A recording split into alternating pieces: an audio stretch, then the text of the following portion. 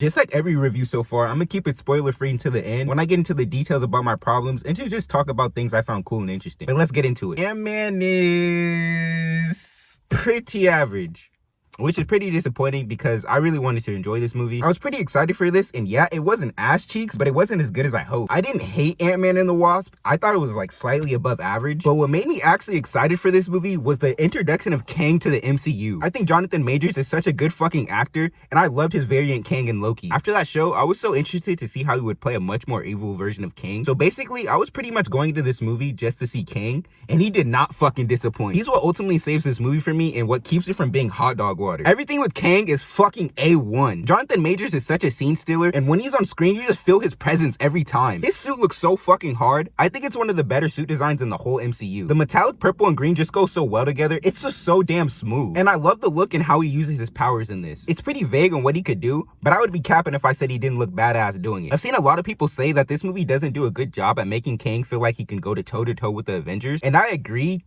Kind of. I know Thanos felt like more of a threat with his introduction, with beating the brakes off of Hulk and Thor, two of the strongest characters in the whole MCU, with little to no help from the Infinity Stones.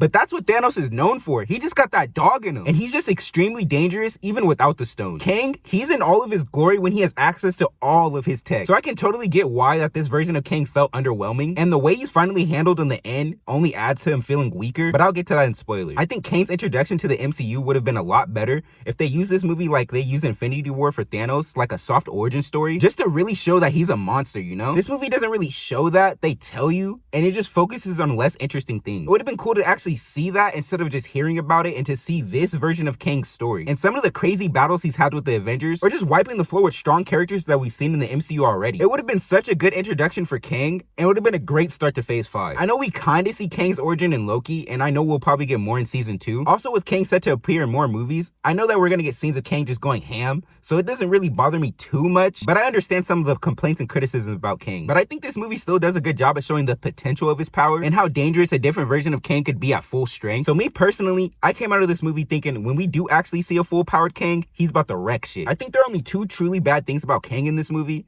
and they're kind of nitpicks. They're not a huge deal, but the first thing being something I'll just chalk up to the fluctuating CGI in this movie, and it's his blue hologram mask thing. I always thought it looked bad in the trailer, so I was expecting it to look bad in the movie. It just looks so goofy. It's like a hologram projection of his face and just makes his like features look bigger, and it just makes it look off. But sometimes it looks really good. It's at its best when it just looks natural and his face is just like painted metallic blue, and it's not like a hologram projection of his face. It looks so dope when it manages to actually look good. I'll try to find it actually looking good in one of the trailers, but what I've seen so far is just it looking bad, so I don't know if I'll be able to find a picture, but we'll see. The second thing is Kang's generic army. They look so basic and uninteresting. They look like a bunch of reject Halo and Destiny skins, or a bunch of knockoff Mysterios. I'm just so over the generic army that the heroes have to fight, but if you're gonna do it, at least make it look cool. I really hope that's not what other versions of Kang army is gonna look like in the future. I know this one's trapped in the quantum realm, so he doesn't have a lot of options. I hope since he could travel the multiverse, and if he has an army in the future, it will reflect that, and just have a bunch of different types of beings just mixed into his army. It's just boring seeing just one stale thing. But I just don't think this movie used Kang enough and just didn't use him to his full potential. And that brings me to the problems with the story. No cap, this plot just feels so underwhelming and just really lazy. It had a really strong opening, but I just feel like it treads water for the first hour, and it's just not really interesting in the beginning. The story just didn't really grab me and just felt so contrived and convenient. And that usually could be forgiven in a better movie. I didn't think Avatar 2's or Wakanda Forever's plot were the most interesting things ever, but at least they pulled me in to at least fuck with some of the characters and just make me forgive some of the weaker plot elements. But I really didn't care about anyone in this movie, which is weird because I really like Scott as a character, but maybe I just like him more playing off of other heroes. Pretty much everything that didn't have Kang in it felt very flat and weak. There's some bits and pieces of decent comedy and visually interesting scenes, but that's pretty much it. Something I will give this movie though, it does really live up to its name. It is really Quantumania out the woo-wah, and I really enjoyed that. I feel like I have to say that after Multiverse of Madness didn't feel like a Multiverse of Madness. They just didn't show enough multiversal stuff in my opinion. There's some cool things, but this movie just reminds me of a worse version of Aquaman and Avatar 2. And I didn't really love those movies, so it sucks to say this about this one. But it reminds me a lot of Aquaman because in that movie and Ant-Man, there are a lot of weird creatures and you get to know a new fantastical world, which are things that really elevate Aquaman as a film for me. But for Ant-Man, the design of most of the creatures and the colors they use use are just very boring. And yeah, I know the quantum realm is supposed to suck ass and not supposed to be great like Atlantis, but they could have at least made it more visually interesting. Like when they're shrinking and actually going into the quantum realm, it's pretty vibrant and colorful. But when they actually get there, it's super bland. But that's not the only problem, because overall, I think the CGI in this movie really lets it down. It takes you right out of the story that's really not that engaging to begin with. The CGI is so damn inconsistent, which sucks because this movie is literally set in the quantum realm. No kizzy, when most of the human characters are on screen, you can just tell everything around them is fake. Sometimes it looks alright,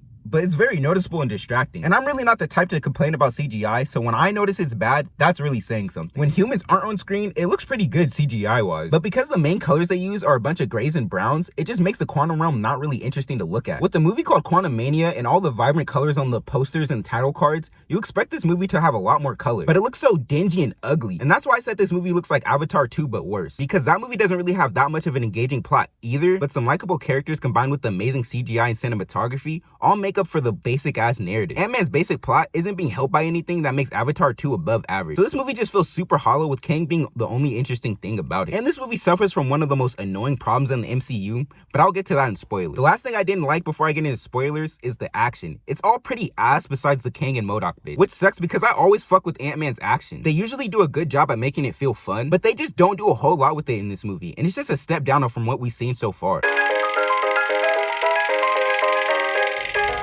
Wowzers. But to be honest, this movie was below average, with Kang being the only reason I enjoyed it. I'm hyped at what comes next, but this movie just feels like a bunch of setup, and it just doesn't stand on its own 10 toes. I wouldn't say this is as bad as Thor 4, but it's almost on par with it for different reasons. I do think it's slightly better, but I think being bland is almost as bad as being ass. I would say if you aren't invested in the MCU and the overarching story, and just watch these movies here and there, you could dev skip this one. You deadass won't be missing anything besides Kang, but he's a reoccurring villain, so hopefully we get to see him in something that's a lot better, because he definitely deserves it. But if you are invested in the MCU, you could wait for streaming and just look up the post-credit scenes on YouTube, because those are the most important bits. But the most important and interesting one gets held back by the terrible fucking CGI, and it takes you right out of the dope moment, but its implication is still very cool. The only reason I would rewatch this movie is to see Jonathan Majors act his ass off, but he isn't in it enough to say it's worth it just to see him. But he's very, very good as Kang, so I hope we get to see him just as good in a better movie, because like I said, he deserves it. I was gonna give this movie a 5.5 to a 6, but after writing everything out, the bad just outweighs the good for me, so I'm gonna have to give this a 5, with Kang being the only reason it's not a 4. Now, time to get into some spoilers. I really want to talk about MODOK. I saw a funny post on Twitter that said, like, when did everyone become MODOK fans? And yeah, I agree, because people just tend to hop on whatever hate bandwagon there is, but I've always liked MODOK. He's always been a silly little guy and a fun villain to me. It's kind of how I look at Mole Man. First thing I've probably seen him in was this kid show called Superhero Squad, which was a fucking banger, and it had a banging ass theme song too. But since that show, I always liked the pesky minor villain role he played. Like, he's just a shrieking annoyance that's usually easily handled. Dad, what, Pete? That's your name, Pete? But if you underestimate him, he had the potential to get on your ass and cause some real damage. I just didn't really like his adaptation in Ant-Man, but I didn't think it was all bad and had the potential to get better. I just think he looked so goofy and not in a good way. He just looked too squeaky clean. I hope that as the movie went along, he would get more fucked up and grotesque to really match his like comic book look more, but that just didn't happen. He just fucking dies at the end, which is the annoying problem in the MCU that I was talking about earlier, but I'll get to that in a bit. This MODOK just acted too much like Darren Cross, and duh, it's the same character, but that's not really how MODOK acts. The actor is really good for him, and I think he could pull off that shrill, shrieking version of MODOK really well. But they don't really lean into it like they should have. You see glimpses of it in his performance, but they just really don't commit to it. They should have had him gone crazy from getting sent to the quantum realm, and that would have made the jump from how he usually acts to him acting like a lunatic like MODOK make sense. He was deadass normal pretty much, with some outbursts here and there that felt like classic MODOK. It isn't all bad though, because I do fuck with all his gadgets and weaponry. They really did a good job at making him feel like a threat. But if they just kept him alive, all the negatives I have are easily fixed. When we see him again, just make him more ugly and just make him act like a lunatic like MODOK, and boom, it's fixed. They could have easily kept him alive and have him run AIM like he does in the comics. Yeah, it was already introduced and given to Aldrich Killian in Iron Man 3, but in that movie, he says that AIM is a privately funded think tank. It's a privately funded think tank called Advanced Idea Mechanics, or AIM for short. They could have easily just have Darren be a main investor in that company before or during his work with Hank, or something like that. It's not shit and not new for the MCU to go back and add shit for the sake of the story, like Mysterio and Far From Home being the one that made the barf tech way back in Civil War. Augmented retroframing, or BARF. He renamed my life's work barf. And since the death of Aldrich Killian and the possible exposure of what they were doing with extremists painting AIM in a bad light, MODOK could have easily come back and run it as a full evil scientist organization that's just in the universe and just has small scrimmages with some of the Avengers and the heroes. Like at the start of Age of Ultron or Civil War, how they're just in the middle of a big fight. You can easily do stuff like that with AIM and MODOK being the aggressor, that the Avengers or just other small-time heroes stop on a consistent basis. It's so fucking easy. The setup is right there. And that's the thing that annoys me about the MCU so much. They keep killing their villains and I hate it so much. I think it's a really big problem that they just don't stop doing for some reason. Killmonger, dead. The Mandarin, dead. Gore, dead. Crossbones, dead. Mysterio, dead. Ulysses Claw, dead. MODOK, fucking dead. That's not even all of them. I'm not saying they need to be in the next movie or even the one after that, but they just knock them off and end the possibility of them coming back without it feeling forced. And these are big characters in the Marvel universe that heroes clash with often. So it's just annoying how they take that possibility away so often. The MCU has all these damn heroes running around, but don't have the reoccurring villains slash rivals to really build up over time. It's something that's biting the MCU in the ass, and it's really starting to show when you look at the Thunderbolts lineup. That shit has like 3 super soldiers and 3 spies slash assassins. Like, it's so fucking boring because they don't have any villains to bring back to put on the team. This movie just struggles on giving things characters to do. AKA my problem with Cassie and MODOK's final showdown. I think her being the one to defeat him is just very weak. Yeah, he kidnapped her in the first movie, so they have some history together, but you know who else has a lot of history with him and would have been way more impactful if they made him turn good? I don't know, the fucking guy who was his mentor and the guy who stole his company from, or the fucking woman who's the daughter of his mentor and someone he used to date and have a strong connection to. MODOK facing against them and them being the ultimate reason he turns good would have been way better for the story. But I didn't want him to turn good at all. And the way Cassie makes him turn good just fucking sucks. She just tells him to stop being a dick and he's just like, okay, I'll stop being a dick, and just turns good. Like, what, bro? MODOK's arc in this is shit. Darren Cross, even before he turned into MODOK, never felt like someone that wasn't in control of his actions. Even after he started going crazy from using the suit, he justifiably got the consequences to his actions. So his arc at the end of this movie and him turning good because he didn't know what to do anymore just felt so fucking lazy and dumb. If anything, he should be more insane and crazy from getting sent to the quantum realm like that, and should be a lot more hellbent on getting revenge. Like, he shouldn't have been swayed so easily. This movie's plot was so damn underwhelming. I only watched the first trailer because I really don't like to see a lot about a movie before I go watch it, so I could be missing the context from the other trailers, so I could be a little wrong about what I'm about to say. But the first trailer for this movie makes you think that Scott is going on this giant heist for Kang, and he does. Kind of. It's not really a heist, it's just him shrinking something down and bringing it back to Kang. Like, he just kind of shows up and just does it with some minor problems. And what just adds to the laziness is this movie only kicks off because Janet just fucking forgets to mention the 30-year war that she was fighting. Yeah, I understand that it was hard and you don't really want to talk about it, but you were literally helping them get shit from the quantum realm in the last movie. Don't you think it'd be fucking useful to say before you help them, hey, this is really bad guy down there, I'm gonna help you get what you need, but we shouldn't mess with it too much. This whole thing starts because she doesn't mention shit about Kang and why the quantum realm is so dangerous besides like the time portals, because if Cassie would have known the dangers of it, she wouldn't have been fucking with it in the first place. So everything just ultimately feels lazy with that trash ass setup. The ant MacGuffin is cool at first because the idea is funny. You get a bunch of already smart ants evolving thousands of years, becoming smarter and smarter because of the time dilation thing that we see happens to Scott in Endgame. I don't know, the concept is just amusing to me. But my issue is, why didn't that happen to anyone else in the group when they were falling through the quantum realm? The way it just happens to the ants and only the ants just feels like a really convenient thing for the story. And again, it's something I would have forgiven in a better movie. And them being the thing to fuck up Kang, making him lose, just felt super last minute, and I think ultimately hurts Kang as a character. Because yeah, they're super advanced and human size, but Kang losing to a bunch of ants and MODOK just doesn't make him look menacing at all. I ultimately don't have a problem with it because I know Kang wasn't at full power and this is only one version of him, but in a lot of people's eyes, it just makes him look weak as fuck, and I understand it. So they're gonna have to do a very good job at making Kang seem like a real threat. My last problem before I get into what I liked,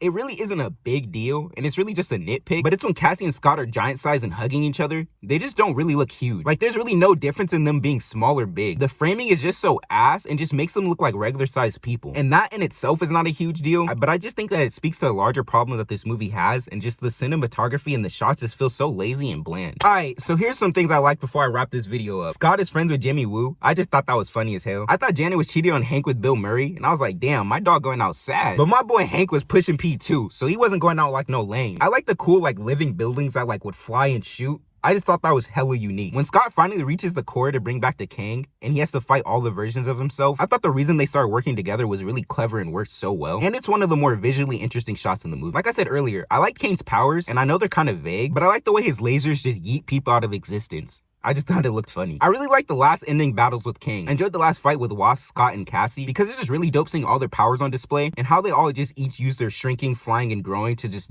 bully Kang. It was fun seeing Scott 1v1 Kang and just get fucking wrecked. Even when Kang doesn't have his powers, he still beats the shit out of Ant-Man. That's not an amazing feat, but hey, at least it's something. MODOK was wasted, but it becomes like an honorary Avenger at the end, and I just thought that was funny as fuck. Scott having an existential crisis at the end was a pretty good ending to the movie. I thought it was a pretty different ending to how usually most of these movies end, but it would have been so much better in a better movie. The two post-credit scenes were very good, but I have some problems with the first one. The first one is a council of Kangs holding a meeting about the heroes finally getting into the multiverse, and then calling it a bunch of Kangs for a huge war. This scene was so dope seeing Jonathan Majors portray different versions of himself, and from what little we see, I think he does a very good job at making them all feel different. My problem with it is the terrible fucking CGI. It just looks all fake and just takes you right out of the dope scene. The second one was basically a teaser for Loki season 2, which I'm insanely hyped for. But that's pretty much it for this review. I'll catch you on the next one.